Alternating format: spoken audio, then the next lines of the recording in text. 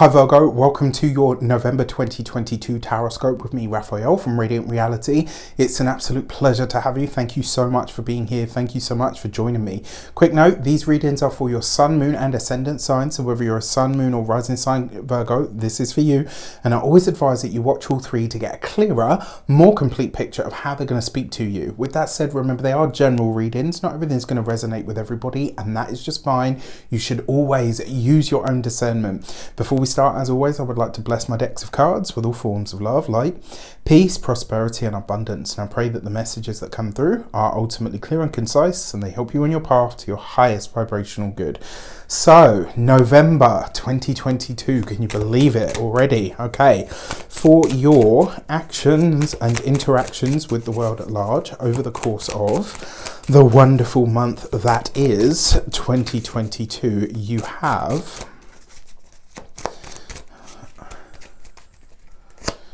the Four of Wands. Beautiful, right? So this month, it looks like a lot of you are celebrating, and maybe not even necessarily because like you've got something that needs to be celebrated or this wonderful thing has happened, which would be awesome in and of itself. But it's almost like a lot of you this month, you're choosing to celebrate life just because you can. It's like, I have what I have, I am who I am where I am in my life at this moment in time. So I'm just going to enjoy this, and I'm going to it's like I'm gonna enjoy this, and I'm gonna have this moment where I will celebrate just being here. All right, it's kind of like one of those, times where you see somebody and they're really smiling and they're like, oh, I'm just happy to be here. I love those kinds of people. Those are my people. But hey, listen, not everybody is like that, right? That being said, your actions and interactions is about your steps. This is about what you do, and because you've got the Four of Wands here, this is like whatever you're doing will give you cause to celebrate. So I kind of feel like this is maybe not necessarily achievement based, but it's like you find your groove again, right? You find that, yes, this is the sweet spot where I'm doing what I love and what I'm doing is working. And do you know what I mean? It's like you're in that space. For your communications and conversations, you have the Ten of Swords. Okay, so for some of you, you could literally be celebrating something that you're letting go of or releasing. This might be a moment where maybe maybe a colleague that you really didn't like leaves the office. Maybe, I don't know, you are... What's another really good example? Maybe this is where you find the courage to pluck up and say, actually, you know what, I'm going to start looking for a new job. You find one, and then you have that really satisfying moment where you walk into your boss's office and say, oh, by the way, I'm leaving, right? So there's something here where you're getting to celebrate, but it's like because something else is coming to an end or is being completed. So you're having a moment where something you're releasing or letting go of something or someone, and this actually gives you cause for celebration. For your heart and hearth sector, you have the Tower card. Okay, look, I just got to call a spade here. I'm really sorry to say the Ten of Swords coupled with the Tower card, it doesn't have to be a death, but I am going to say that whatever this is, it's not good. All right, I'm really sorry to say this. I can't honestly, hand on heart, say that it's not a partner. This is someone and your heart and hearth isn't just about your significant other, it's also family members.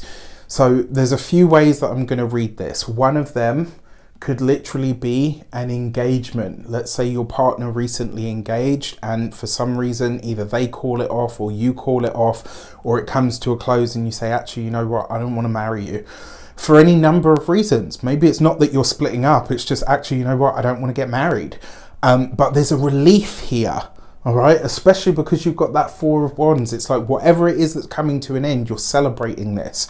So it's like maybe the engagement, maybe the moving of home, maybe the in-laws coming to live with us, whatever it might be. It's coming to an end, and this is actually giving you cause for celebration. You're actually okay about this.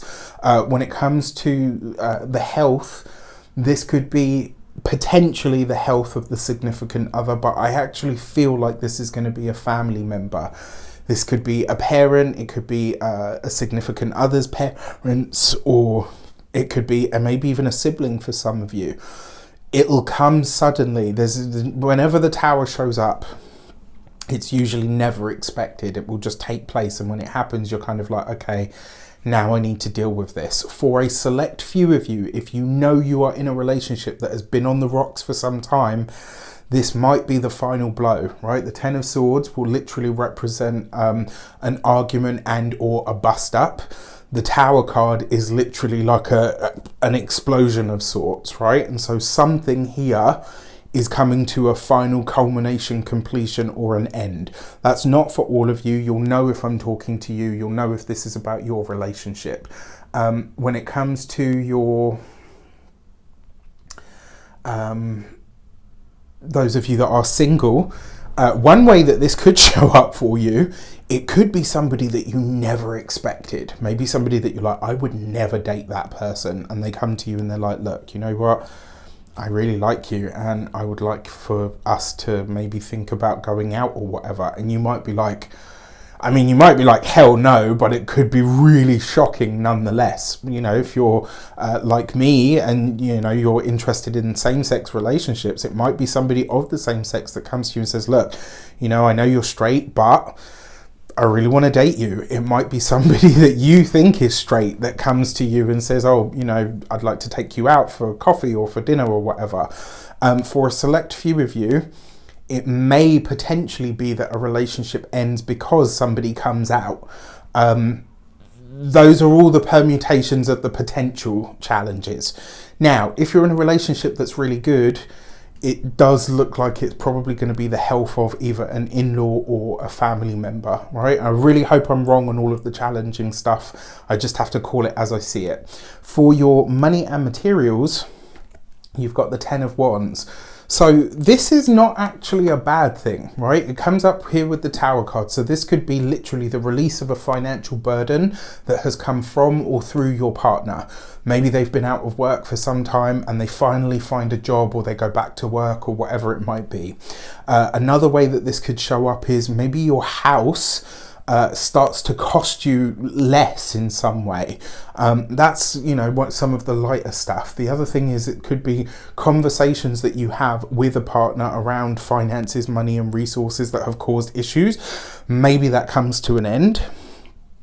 For some of you, it could be the thing that deals the death blow to the relationship. Now, outside of all of that, you've got the Ten of Wands and the Ten of Swords. 2 tens represents change, and big change at that, which suggests your financial outlook, understanding, or material experience is going through some kind of shake-up, but it doesn't have to be a bad one.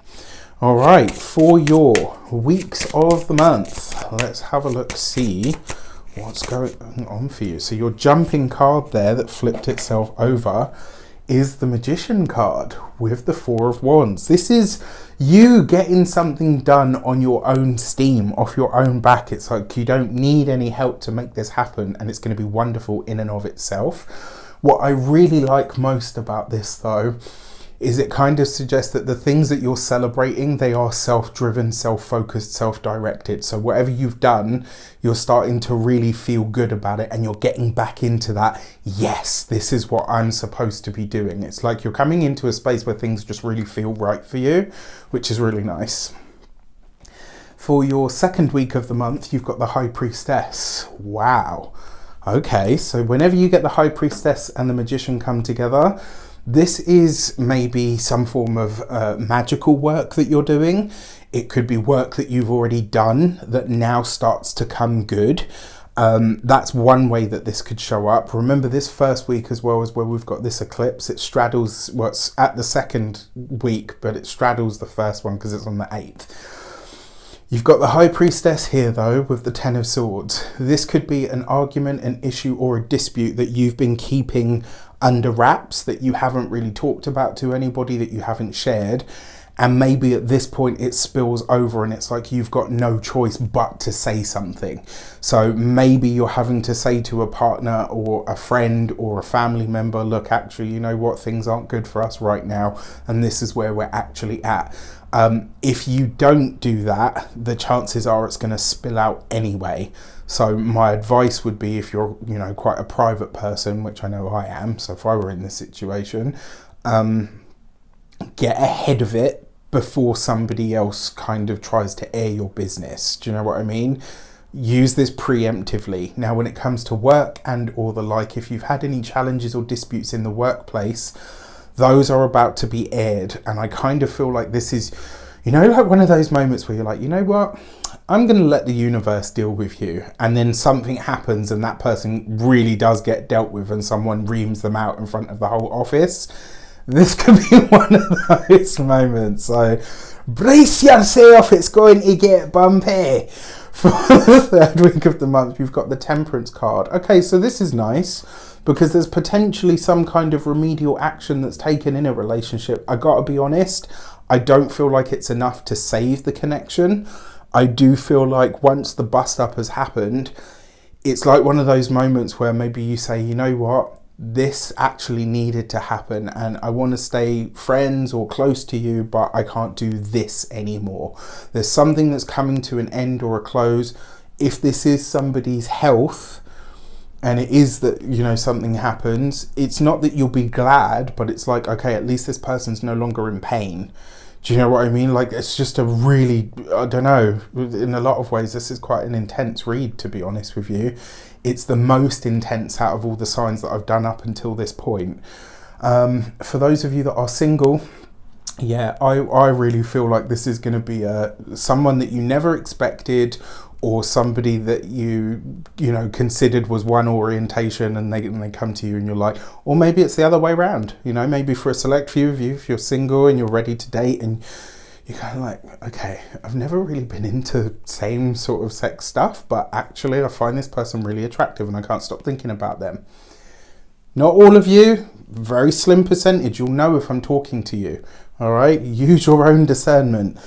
For your fourth week of the month, you have the World card underneath the 10 of Wands.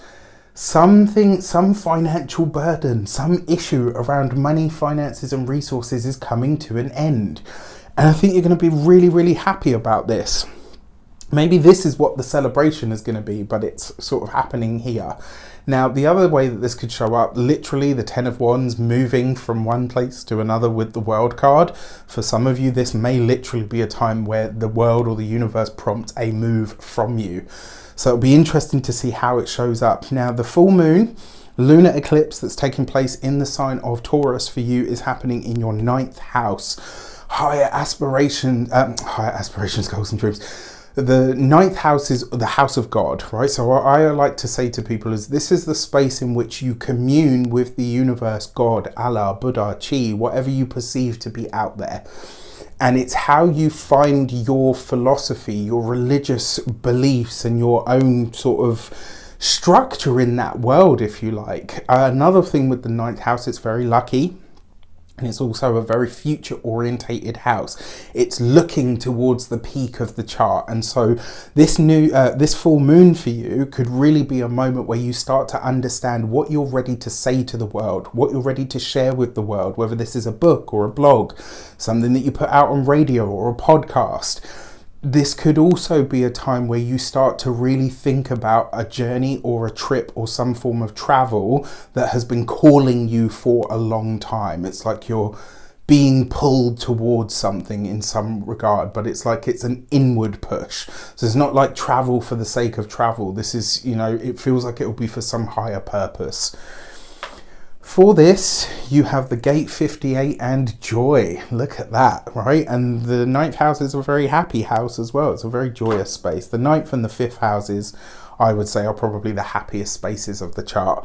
And you've got a full moon lunar eclipse in that space. Yes, it's an intense eclipse, but maybe this is you getting serious about where you deserve more joy, where you really want to start to celebrate life more for whatever reason that might be. When it comes to your Sagittarius new moon on the 23rd or the 24th, I believe, of November, this for you is happening in your 4th house of home, property, real estate, family. It's also your deepest roots. It's the things that root you emotionally and your psychological makeup So this new moon, for some of you, maybe it triggers that move to a new place. For some of you, maybe it triggers, new things coming into the family, new people. For some of you, maybe this is a time where you now need to learn to live with or without somebody new or old in your life. So there's a lot of ways that you could see this. Then with this, you've got the Gate 54 and Ambition. This is a money card. This is about making money, getting after that money, getting that money, honey. And I love this, right? So this is, and especially if you work from home, with homes, with property, with real estate, all of these things could be highlighted for you, and they might actually bring some wonderful results. So this new moon in Sagittarius could be really nice. It might also show you where your ambition is either not going in the right direction, or where it might be needs to be channeled or honed in a better way. With that said, I wish you an abundance of all of that good stuff. Have a fantastic month. Let me know in the comments how it shapes up. Take care, and I'll see you soon.